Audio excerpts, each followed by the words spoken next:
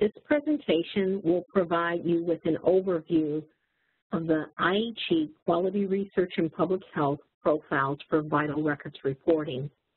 They include the Birth and Fetal Death Reporting Enhanced, BFDR-E, and Vital Records Death Reporting, VRDR.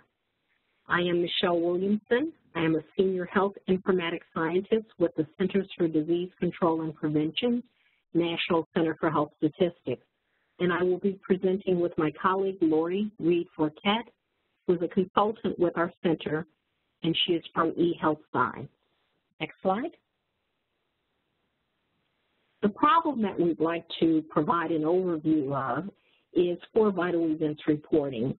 And when I say vital events, I'm referring to information that is reported by jurisdictions for birth, death, and fetal deaths that occur throughout the year. These are reported routinely to the jurisdictions, for example, in the United States, by the 57 jurisdictions throughout. The information that is included includes some demographics, medical, and geographic data that are essential to policy decisions and are used for various reasons throughout the country. The current process for capturing information for vital records is very challenging in that information is duplicated often from an existing medical record. It is a labor-intensive process. It can be very costly, and it also can be error-prone. This can result in issues with timeliness of the data that is submitted. It's very slow at times, and questions in terms of the quality and the useness of the data that we receive. So it can be adversely affected. Next slide.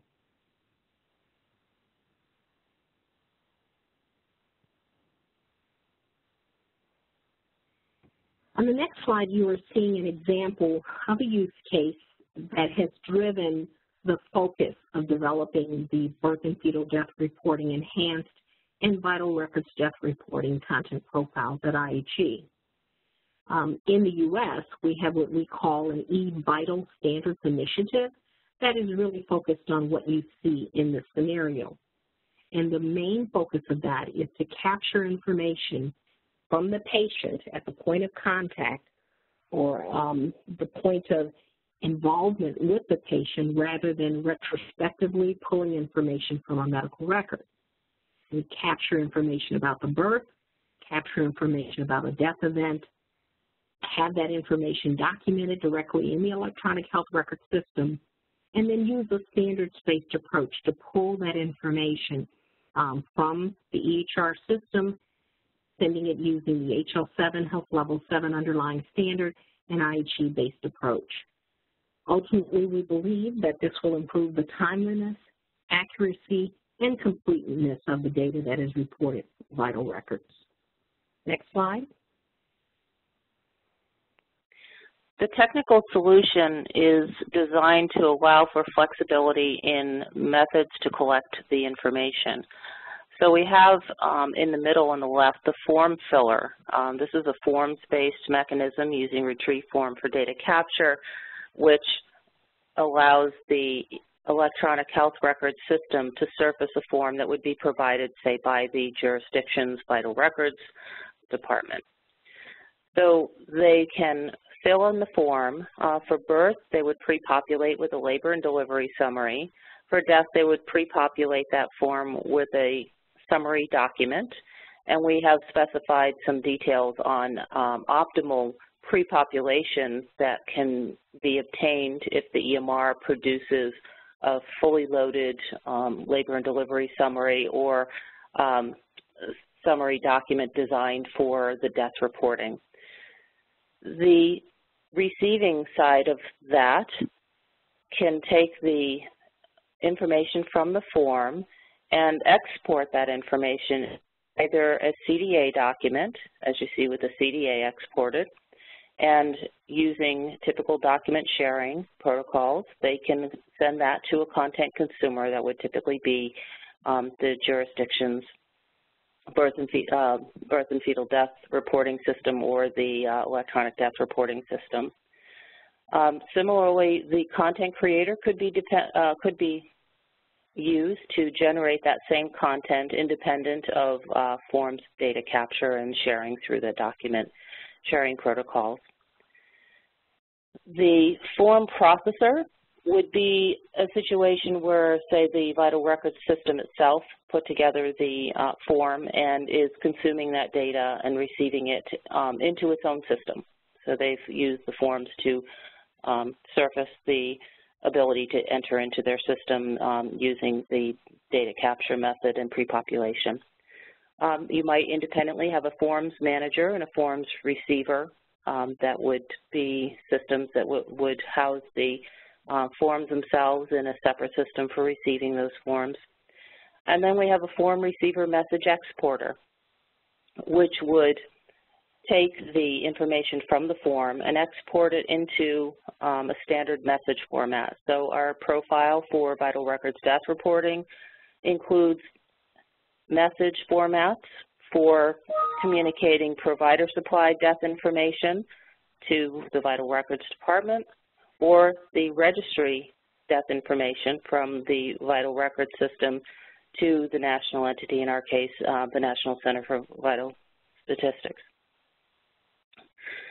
The birth and fetal death reporting similarly can be constructed from that message, a message from the form receiver and exported into a standard birth and fetal death reporting message and sent to an information recipient. The information source, like the content creator, can be independently generating the same information feed, the vital records death reporting feed, that QRPH 38 message, or the BFDR feed, which is a birth and fetal death reporting message. You'll notice in green on these feed messages, in particular for the vital records death reporting, that there are multiple message types. The new 2.6 profile from HL7, or implementation guide rather, has multiple uses for those transactions, and these include in the lower part where the information is a coded cause of death, and that's a transaction that would typically come from a national entity back to the jurisdictional, regional jurisdiction for the vital records death reporting, and similarly coded race and ethnicity, which we definitely do in the U.S., may or may not be leveraged in other nations. Next slide, please.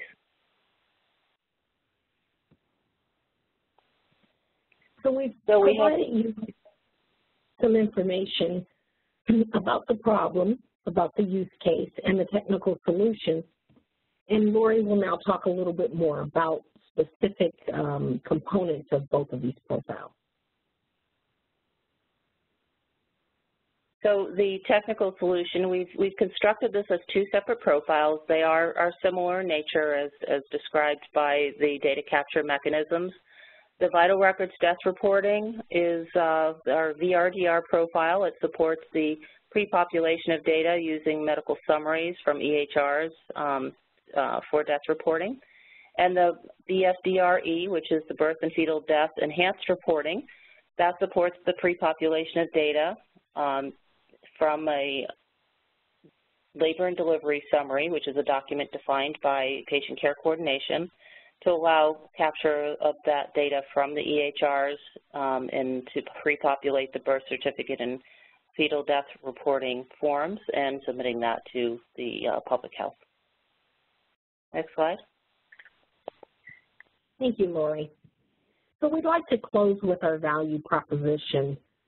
We believe that these two profiles help to establish interoperable electronic exchange of vital records between electronic health record systems and in particular vital record systems.